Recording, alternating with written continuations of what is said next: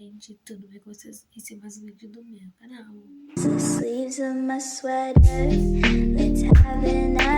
Posso Vou início? botar esse aqui, no pincel pra passar no rosto. Então, esse guri bem apareceu do nada, intruso. É, intruso no meu vídeo.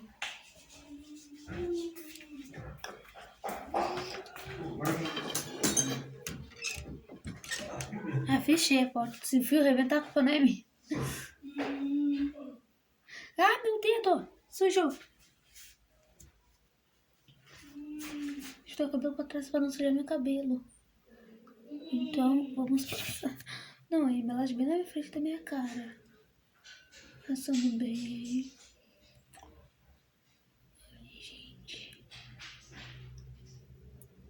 Isso aqui tem que... Eu vou usar bastante.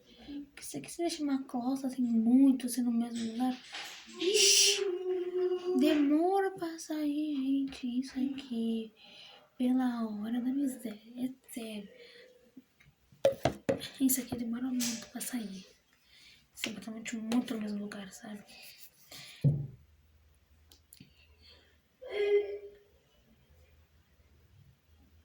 Ai, gente, o que eu fiz aqui?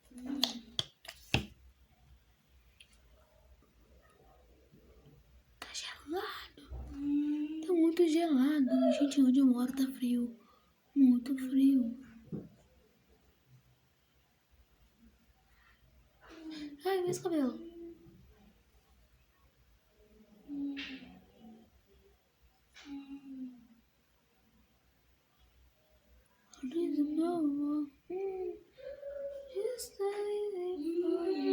Cantando uma música assim baixinha pra não dar copyright, galera, porque senão...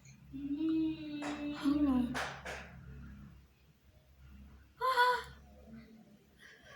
Consegui minha mão.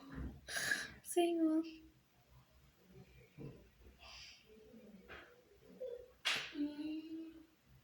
Passa bem. Eita, que eu tô tirando. Sei que tem que deixar um pouco fino pra não ficar muito grosso, mas eu tô tirando de alguns. Eu quero tirar essa testa. Mais um pouquinho. Não quer demais? Mentira. Tá bom, aqui eu vou passar um pouco na minha testa.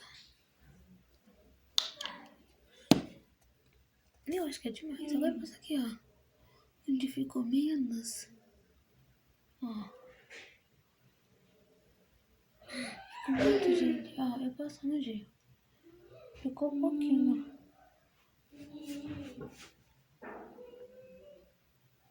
Ai, meus cabelos. Gente, por isso que eu não gosto muito de passar isso aqui. O ruim é o passar e o tirar. Esse que é o prejuízo desses negócios, gente. Eu juro pra vocês. Esse é o prejuízo.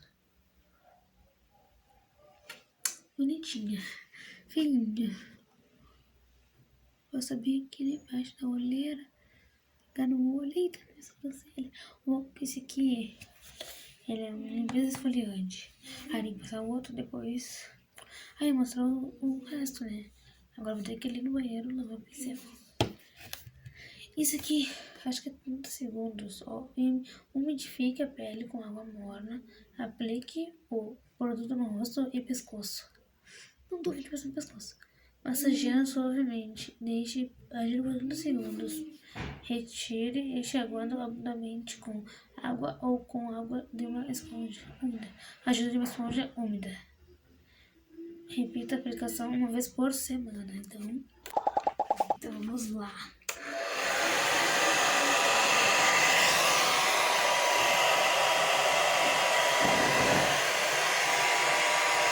Vou testar uma no rosto.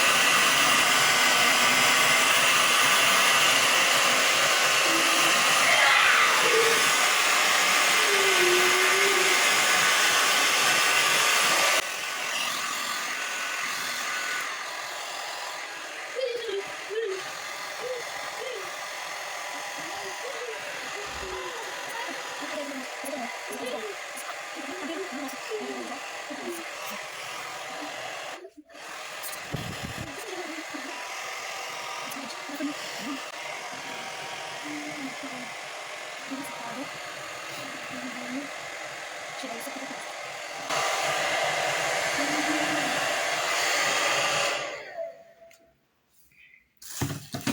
Pelo. Eu vou pegar pelo aqui. Vou tirar isso aqui do rosto. Né? E não pegar no meu cabelinho. Isso, tem que botar peruinha aqui. Pra não pegar, né? No meu cabelo. E é isso, eu vou tirar aí. Ó, os cabelos sempre vão pegar, não adianta. Não vou tirar que eu tenho que botar, passar muito depois.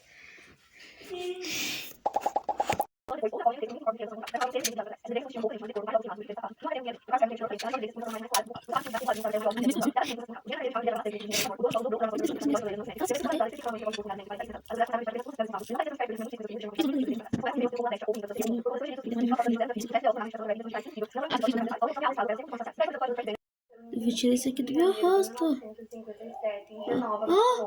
Ele era o mais velho de 7 irmãos, criado em Western, também na Colômbia. A mãe do Luiz era uma garota de programa e ela foi espancada e abusada por seu pai.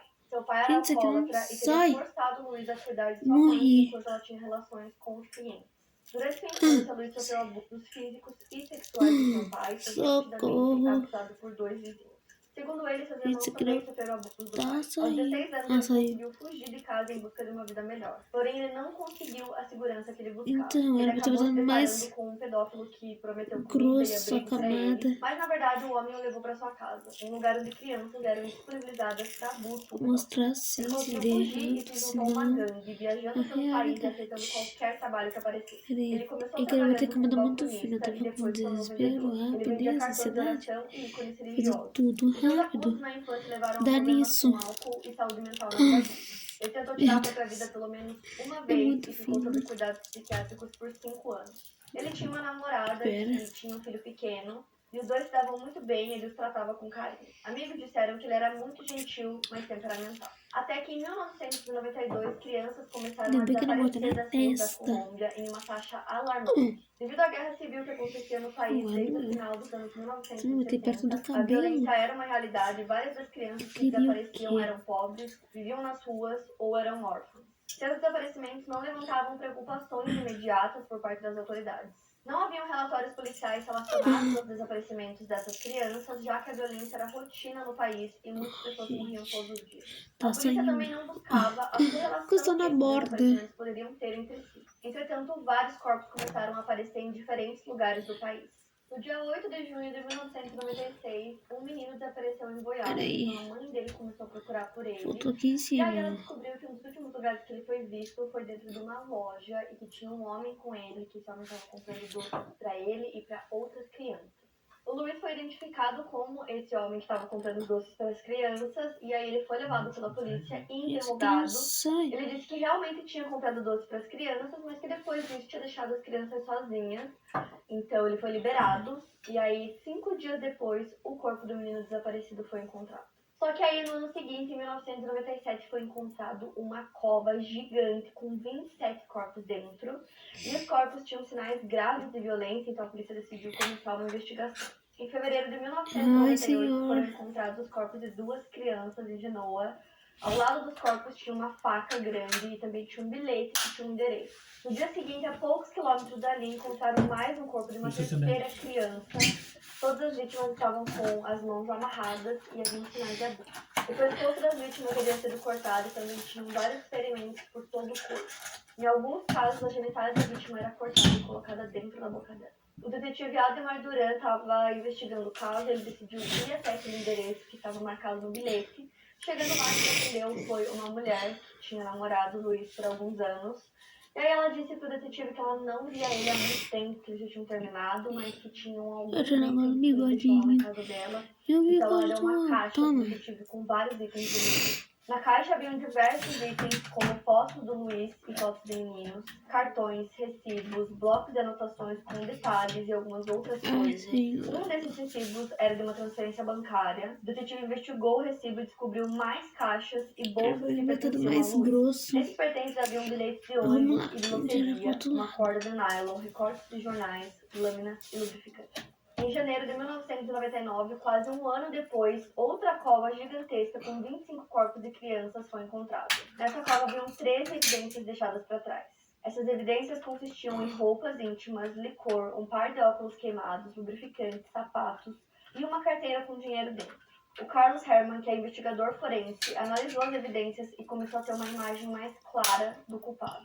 Os sapatos tinham um desgaste irregular que demonstrava que eram maiores do que o pé que usava, e aparentemente o assassino mancava. O dinheiro na carteira indicava que ele viajava bastante, havia inclusive dinheiro até do Equador. O dono dos óculos dobrou as armações para permitir que se encaixassem melhor em suas orelhas não simétricas. E a prescrição da lente usada era específica para uma doença que ocorre em pessoas com idades entre 40 e 60 anos.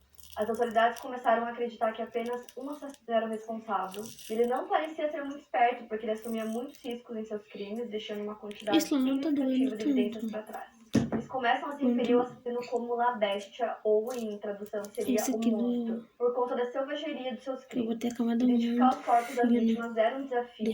Os restos de ossos tornavam a identificação através de impressões digitais impossível, e não foram encontrados históricos nas arcadas dentárias. A única opção real nesse caso eram as reconstruções faciais. E para isso a polícia buscou a ajuda do Frank Bender, que é um artista forense. Inclusive ele fez a reconstrução facial do John List, que é um caso que eu já contei aqui no canal. É um dos casos que eu mais gosto, porque toda a investigação é muito incrível. Então eu vou deixar para vocês aqui em cima para quem ainda não assistiu, ou para quem quiser assistir de novo para relembrar. Então, o mesmo artista forense foi chamado. Eles também chamaram o Mário Arthur Dunhag, que também é um artista forense, para ajudar. Fazer a reconstrução facial de crianças é ainda mais difícil do que adultos, então eles juntos começaram e conseguiram fazer de 4 crianças que foram identificadas com sucesso. E conforme a investigação progredia, as autoridades conseguiram chegar no modus operandi, né, do serial killer, do monstro, como era chamado. E várias pessoas disseram que, na verdade, ele usava vários disfarces para atrair as crianças. Então, além de ser tipo padre, ele também dizia que ele era professor, artista de rua, fazendeiro, até traficante de drogas. Ele sempre tentava achar uma desculpa para atrair as crianças e ganhar a confiança delas.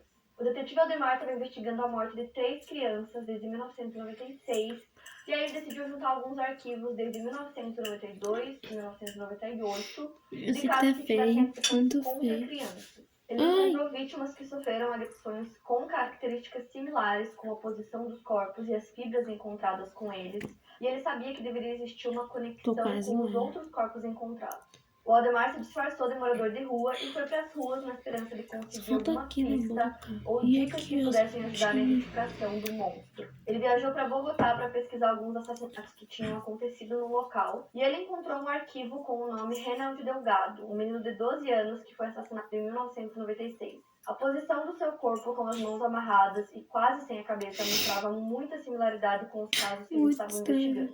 Testemunhas em Tunja viram o menino como um homem estranho antes dele desaparecer. O promotor Fernando Aya estava tentando descobrir como o monstro havia conseguido mover aqueles corpos sem ser visto e mandou seus homens irem até a produção.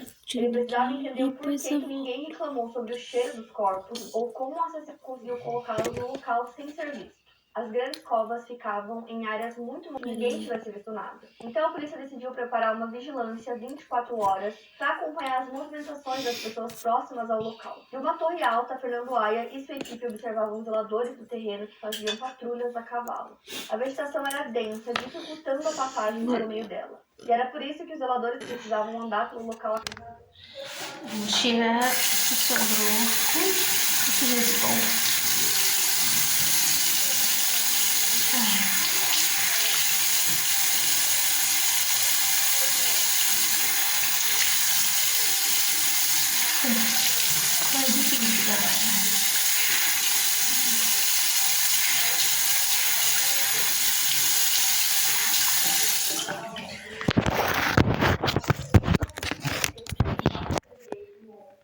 Tá sendo difícil de tirar.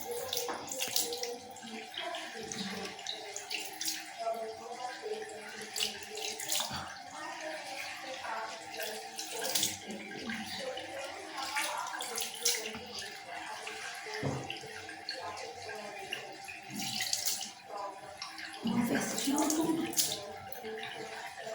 Tinha essa faixinha compra muito boa. Tá segurando meu cabelo, mas é que você quer já, né? Pro cabelo. A mulher.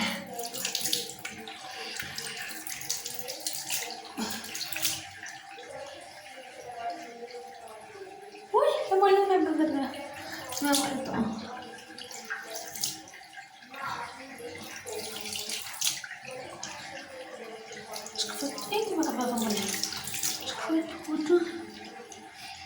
Agora eu vou secar meu rosto.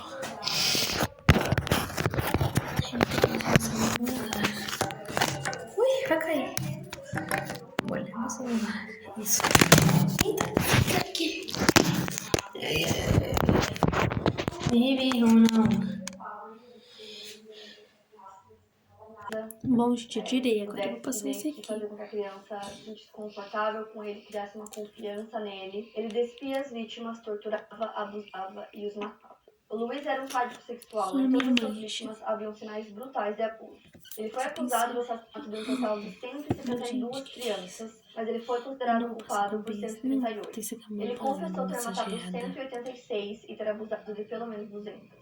Suas vítimas vieram de 54 cidades diferentes, e a maioria dos assassinatos aconteceram perto de Perim. Em 2001, ele foi sentenciado a 1.853 anos e 9 dias de prisão, a sentença mais longa na história do país. Ele alegou que estava bêbado no momento em que cometia os crimes e que seu corpo era tomado por um ser superior. Entretanto, na época, a lei colombiana limitava o encarceramento máximo a 40 anos de prisão. Mais tarde, essa lei mudou, aumentando o tempo para 60 anos no máximo. Ele estava numa prisão de segurança máxima em Vale do Par, no departamento de César, na costa caribenha do país. Luiz teria escolhido suas vítimas em 11 dos 32 departamentos da Colômbia. Além dos assassinatos na Colômbia, ele teria assassinado 2 meninos equatorianos. Ele estabeleceu um acordo com a polícia de que se ele ajudasse a encontrar mais vítimas, ele seria mantido separado do resto dos presos para sua própria segurança. Por conta dessa ajuda que Luiz deu à polícia, sua pena foi diminuída para 22 anos. O Luiz é paranoico e tem medo de ser envenenado, então ele só aceita comida e bebida dos funcionários da prisão em quem ele confia. Os guardas que cuidam dele dizem que ele é positivo, respeitoso e uma pessoa calma. Ele se tornou elegível para liberdade condicional em 2021, mas as famílias das vítimas lutaram para que ele não fosse libertado. A mídia local nomeou Luiz Garavito como o pior serial killer do mundo, devido à quantidade de vítimas que ele fez. O número real de vítimas ninguém sabe, ele sempre falava um número diferente, ele já alegou ter matado mais de 400 meninos. Ainda em 2021, o Instituto Penitenciário e Prisional Nacional, que é responsável pelas prisões do país, pediu ao juiz que ele considerasse a liberdade condicional para Luiz Garavito, porque ele apresentou bom comportamento no tempo em que esteve preso. Essa alegação de que Luiz manteve um bom comportamento na prisão veio de uma carta do diretor da prisão, César Fernando Caraballo Quiroga. Ele emitiu essa carta às autoridades do país, juntamente com outros documentos para garantir a libertação de Luiz. A carta do diretor da prisão teria sido emitida em maio de 2021. O escritório da primeira vara de execução de penas e medidas de segurança do circuito de Vale do Par explicou que Luiz já havia pago 3/5 da sua pena. O juiz entendeu que as razões apresentadas para a libertação eram válidas, mas em maio ele decidiu que, apesar disso, o Luiz ainda tinha muitas dívidas com a sociedade, que incluíam o pagamento integral pelos danos causados às famílias de suas vítimas, o que totalizaria mais de $40 mil. Mesmo que a sociedade e a população colombiana queiram mantê-lo na prisão pelo resto de sua vida, seu pedido de liberdade condicional tem validade do ponto de vista legal e, se estudado, pode levar à liberdade condicional do maior serial killer da Colômbia. O Luiz Garavito está estudando para se tornar político e espera que, quando for libertado, possa iniciar uma carreira no ativismo, ajudando crianças que são vítimas de abuso. É improvável que ele consiga sair da prisão. Há uma lei no país que determina que criminosos que fizeram vítimas crianças não têm direito aos benefícios do Estado. Essas pessoas teriam que cumprir uma pena de pelo menos 60 anos, chegando até 80. E ele poderá pedir novamente pela liberdade condicional em 2023. E pra mim é muito absurdo que estejam considerando dar liberdade condicional pra ele, né? Depois de tudo que ele fez, como eu falei, não se sabe ao certo o número de vítimas. Pode ser aí, sei lá, 140, 400 crianças. É absurdo que eles estejam pensando em dar liberdade condicional pra ele depois de tudo isso. Ele ainda querendo, sabe, fazer ativismo, ajudar crianças. Tipo, não dá. Eu raramente dou minha opinião nos casos, vocês sabem, mas nesse caso simplesmente não dá. Eu espero que ele não consiga liberdade condicional e fique preso pra sempre. Então contem aqui nos comentários o que vocês acharam desse caso. Não esquece do like, que me ajuda muito na divulgação, e de se inscrever no canal aqui embaixo para não perder nenhum vídeo novo.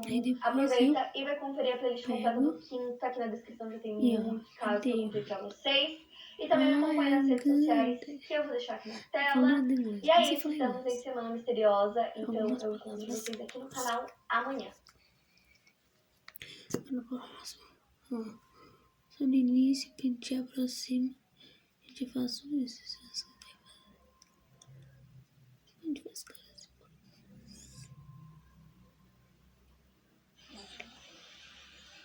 Muito bem. Nossa,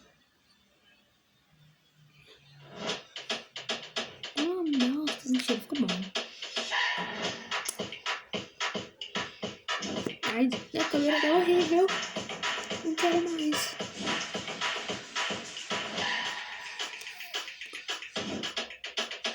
Ai, gente, que eu não faço mais fazendo. Então, eu não...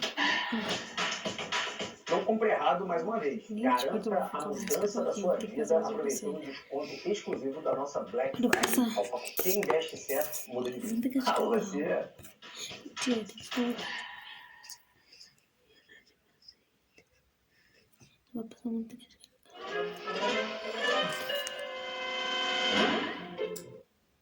Passar manteiga de cacau no meu rosto, na minha boca. Vai dar uma protegida. Deixa eu secar mesmo aqui. Como é que tá frio?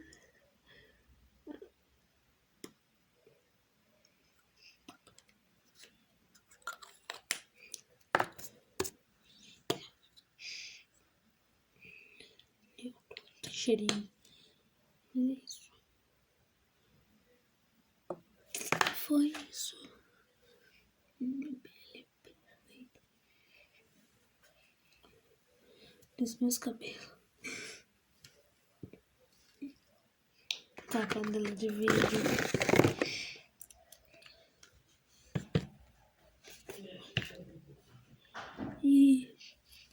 E esse foi o vídeo. Deixa seu like, se inscreva no canal. Me siga no Instagram. Beijos e